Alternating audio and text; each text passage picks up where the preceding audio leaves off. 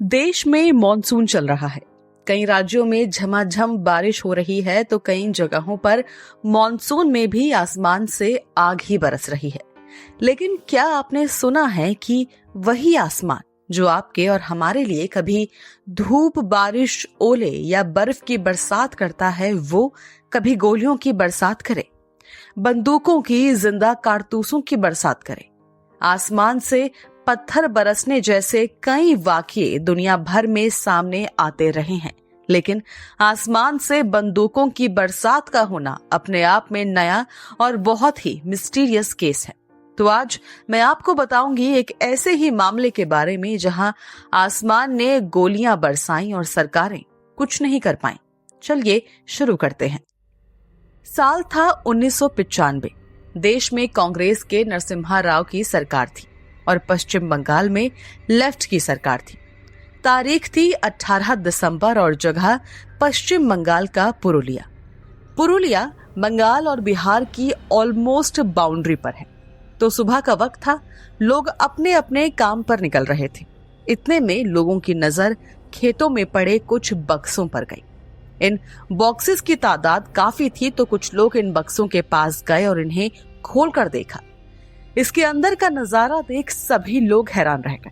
इनमें AK-47, कई बड़ी गन्स, नाइट गॉगल्स, कारतूस, रॉकेट लॉन्चर और न जाने क्या क्या हथियार थे। किसी जंग के लिए, किसी वॉर के लिए आया सामान सा लग रहा था। लोग हैरत में थे कि अचानक रातों रात इतने हथियार कौन उनके खेतों में डाल गया और आखिर किस कारण। बात धीरे धीरे लोकल पुलिस, कलेक्टर, पश्चिम बंगाल सरकार और दिल्ली की केंद्र सरकार यानी सेंटर के पास भी पहुंच गई। तो पूरे देश की एजेंसीज अब पुरुलिया पहुंचना शुरू करती हैं, देखने और जानने के लिए कि आखिर ये माजरा क्या है और आखिर कितने हथियारों की बरामदगी हुई है।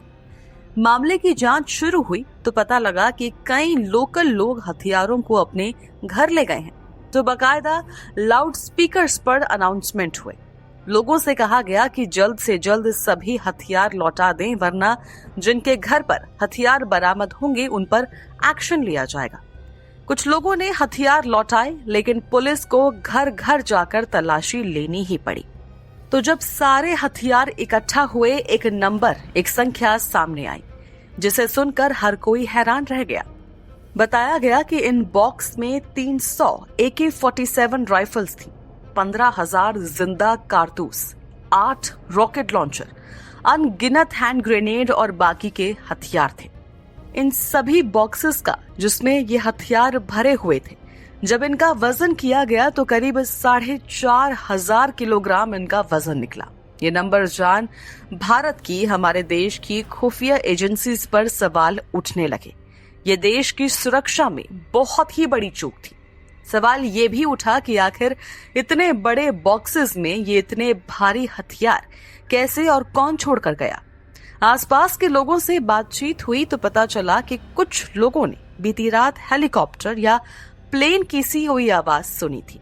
आगे पड़ताल की गई तो पता चला कि वाकई इन सभी हथियारों को आसमान से ही छोड़ा गया था। सवाल उठा कि ऐसा था तो भला कैसे ये प्लेन रडार पर नहीं आया। तो सामने आया कि सभी रडार को मेंटेनेंस पर लगाया गया था, जिस कारण इस प्लेन की एक्टिविटीज किसी को भी टाइम रहते पता नहीं चल पाई। तो ऐसे में एयर ट्रैफिक कंट्रोल यानी ATC को अब अलर्ट पर रखा गया कि अगर किसी भी तरह का कोई ड्रोन तक भी नजर आता है तो उसकी पड़ताल की जाए। इन्वेस्टिगेशन चल ही रही थी कि इसी दौरान ये खबर बॉर्डर्स पार करते हुए फॉरेन मीडिया तक भी जा पहुंची। पूरी दुनिया भारत में हुए इस अजीबोगरीब वाकये को लेकर बात कर रही थी। हथियार मिले तो अब करीब 3 दिन बीत चुके थे कि इस कहानी में एक ट्विस्ट आता है। तारीख थी 21 दिसंबर। मुंबई एयरस्पेस में एक सस्पिशियस प्लेन घुसता है। अब क्योंकि अलर्ट पर सभी को रखा गया था तो तुरंत इस प्लेन को मुंबई में इमरजेंसी लैंडिंग करने को कहा गया। मुंबई एयरपोर्ट पर यह प्लेन उतरता है। पता चलता है कि यह प्लेन थाईलैंड से पाकिस्तान के कराची जा रहा था। प्लेन के अंदर कुल 7 लोग थे। मुंबई एयरपोर्ट पर मौजूद जो कुछ एक ऑफिसर्स थे, जब उन्होंने छानबीन की, इनसे पूछताछ की तो पता चला कि ये वही लोग हैं जिन्होंने पुरुलिया में हथियार फेंके थे। पकड़े गए लोगों में से 5 लाटविया से थे और 1 ब्रिटिश शख्स था। इस ब्रिटिश शख्स का नाम पीटर ब्लीच था। इन्वेस्टिगेशन में पीटर के बारे में पता चला कि ये कोई आम शख्स नहीं था, बल्कि ये एक आर्म्स डीलर था, यानी हथियारों के बारे में डील करता था, हथियारों का बिजनेस था। साथ ही ये शख्स जो था वो ब्रिटेन की खुफिया एजेंसी MI5 से भी जुड़ा हुआ था। इन पकड़े गए लोगों में जो 7वां शख्स था उसका नाम था किम डेवी, जो ऑन पेपर्स डेनमार्क का सिटीजन था। लेकिन यहाँ कहानी में दूसरा बड़ा ट्विस्ट आता है। जब ऑफिसर्स ये समझ ही रहे थे कि ये प्लेन यहाँ क्यों है और ये लोग क्या कर रहे हैं, इतने में किम डेवी मुंबई एयरपोर्ट से निकलकर आराम से फरार हो गया। देश में इतनी बड़ी सुरक्षा चूक हुई थी और जब पहली बार इस केस से जुड़े लोग पकड़े गए तो उन्हीं में से एक शख्स न सिर्फ हमारे ऑफिसर्स को धोखा देने में कामयाब रहा, बल्कि उनके नाक के नीचे से निकल गया। किम न सिर्फ मुंबई से भाग निकलने में कामयाब रहा, बल्कि अगले 1-2 दिन में अपने देश डेनमार्क आराम से पहुंच गया। देश की सिक्योरिटी सर्विसेज एक के बाद एक ब्लंडर्स कर रही थी और कोई कुछ नहीं कर पा रहा था। तो किम डेवी तो भाग निकला था, लेकिन बाकी के 6 आरोपियों के साथ जांच आगे बढ़ी। जिस प्लेन के साथ ये लोग पकड़े गए थे उसका एक टाइम लाइन तैयार किया गया। सामने आया कि ये एक कार्गो जहाज था। इसे रूस में तैयार किया गया था और इस जहाज ने अपनी उड़ान टर्की के लिए भरी थी। टर्की के बाद ये प्लेन ईरान गया, वहां से पाकिस्तान के कराची पहुंचा और फिर ये इंडियन एयरस्पेस में एंटर हुआ। वाराणसी पहुंचा। वाराणसी से निकला तो पश्चिम बंगाल पहुंचा और वहां आधी रात को इसने वो हथियार गिराए। यहां से जो कहानी निकली वो और दिलचस्प थी, क्योंकि इस पूरे कांड का मेन सस्पेक्ट अब किम डेवी ही लग रहा था और ये मेन सस्पेक्ट ही अब मिसिंग था। हजारों हथियारों का भारत के गांव में पहुंचने का कोई एक रीजन ना समझ पाना और मेन सस्पेक्ट का देश छोड़कर भाग निकलना, इन सब के बीच ये मामला कुछ ही महीनों में सीबीआई को ट्रांसफर हो गया।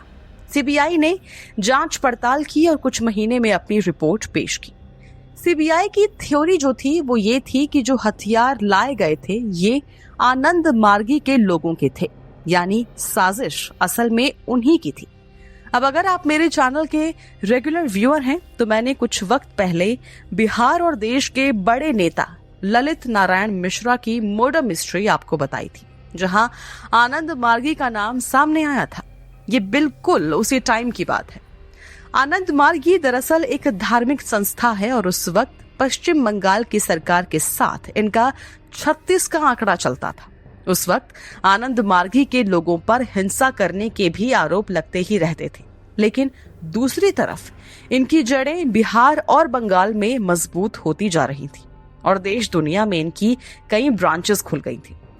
थ्योरी ये गढ़ी गई कि बंगाल की वामपंथी सरकार से लड़ने के लिए आनंद मार्गी की तरफ से ही ये हथियार मंगवाए गए थे।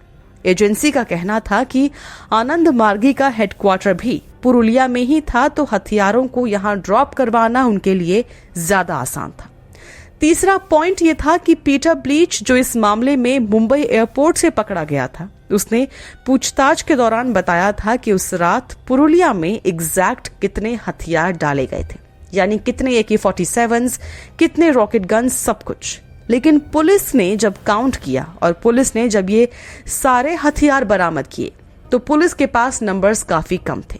सीबीआई ने कहा कि जो हथियार कभी नहीं मिले वो असल में आनंद मार्गी के लोग ले गए।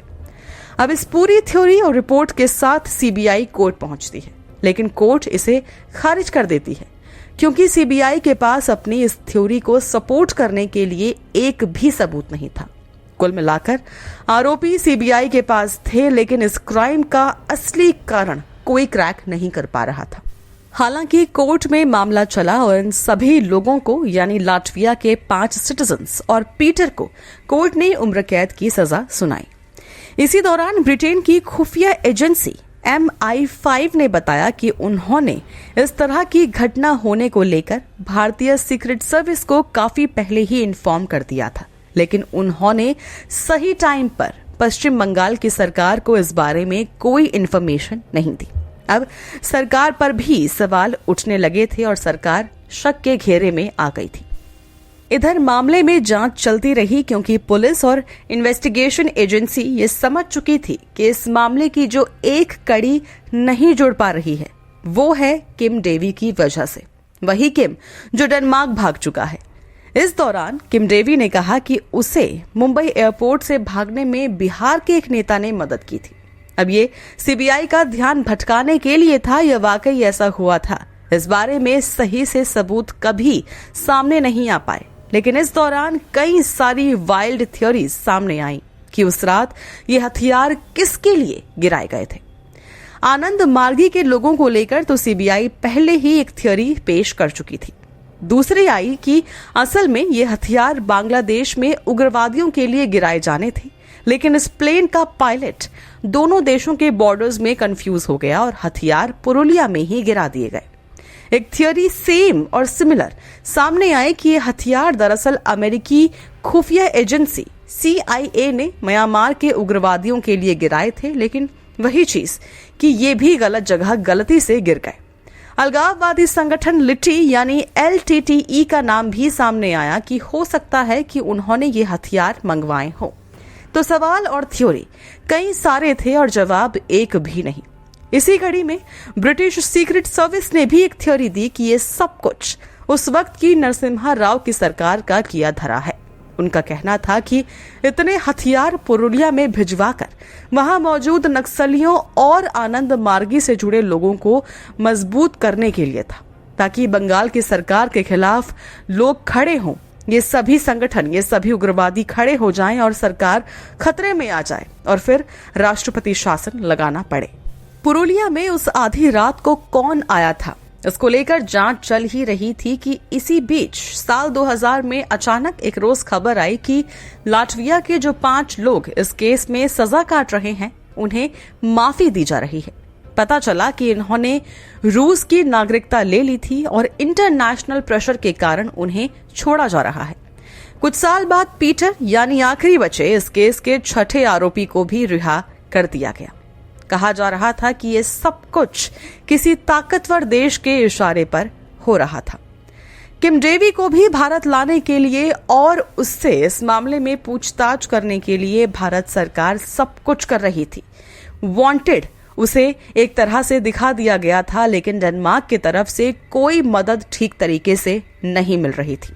बताया गया कि यहाँ भी किसी ताकतवर देश का हाथ था जो वो किम डेवी को भारत को नहीं सौंपने देना चाहती थी। इसी बीच ड्रामेटिकली किम डेवी 2011 में एक इंटरव्यू देता है और जो ब्रिटिश सीक्रेट सर्विस MI5 की थ्योरी थी उसको दोहराता है। उसने दावा किया कि पुरुलिया में आधी रात को जो हथियार गिराए गए असल में उसके बारे में भारत सरकार को पता था, IB को पता था और रॉ को पता था। उसने कहा कि ऐसा पॉसिबल ही नहीं है कि कोई अनजान प्लेन एक देश की एयर स्पेस में न सिर्फ घुसे बल्कि वहां इतनी बड़ी तादाद में हथियार तक फेंकाए। उसने कहा कि ये हथियार बंगाल की सरकार की जड़ें हिलाने के काम आनी थी। अब एक बार फिर वही चीज थी। किम डेवी इतने बड़े बड़े दावे कर रहा था और इन दावों को पक्के तौर पर जांचने के लिए ही उसे भारत लाने की कोशिशें हो रही थी, लेकिन डेनमार्क हमेशा कोई ना कोई बहाने करता ही रहा। पहले डेनमार्क ने शर्तें रखी कि वो किम डेवी को भारत को सौंप देगा अगर भारत सरकार वहां की कोर्ट उसे फांसी की सजा ना दे, और अगर कोई सजा दे तो किम उसे डेनमार्क की जेलों में ही काटे। हालांकि हुआ वही जो सबको पता था। शर्तें मानने के बावजूद भी डेनमार्क ने किम डेवी को भारत को नहीं सौंपा। खुद डेनमार्क में उसके खिलाफ केस हुआ, लेकिन वहां की हायर कोर्ट ने वो केस डिसमिस कर दिया। 1995 लगा लीजिए कि इतने साल बीत चुके हैं, कितनी सरकारें आईं और कितनी सरकारें चली गईं, लेकिन किम डेवी को भारत नहीं लाया जा सका। आज भी किम डेवी जिंदा है और डेनमार्क में आराम से अपनी जिंदगी काट रहा है। इतने साल बीत चुके हैं और आज तक भारत के पास सबसे बड़े सवाल का जवाब ही नहीं है कि आखिर क्यों ये हथियार उस रात पुरुलिया में गिराए गए थे, किसके इशारे पर यह सब कुछ हुआ था। आजाद भारत में पहली बार इतने बड़े लेवल पर सिक्योरिटी ब्रीच हुई थी और ना सरकार के पास ना ही सीक्रेट एजेंसीज के पास किसी तरह के कोई भी जवाब थे। और हाल ये है कि इतने बड़े और जरूरी मामले को देश की जनता से भी छिपा दिया गया। आज किसी के जहन में, किसी की याद में ये मामला है ही नहीं। खैर, आप इस पूरे केस को लेकर क्या सोचते हैं? कि आपने इस केस के बारे में पहले कभी सुना था तो आपकी वाइल्ड कंस्पिरेसी क्या कहती है कि आखिर किसका इस पूरे मामले में हाथ रहा होगा? क्या वाकई भारत सरकार इसमें इन्वॉल्व थी? क्या सेंटर में बैठा कोई बहुत बड़ा नेता, बहुत बड़ा नाम इस पूरे केस में इन्वॉल्व था? क्या पश्चिम बंगाल की सरकार की ये साजिश थी या फिर इंटरनेशनल साजिशें भारत के खिलाफ उस रोज गढ़ी जा रही थी? जरूर शेयर कीजिए हमसे अपने व्यूज अपने कमेंट्स के थ्रू और सब्सक्राइब करना बिल्कुल ना भूलें हमारा चैनल डार्क टेल्स।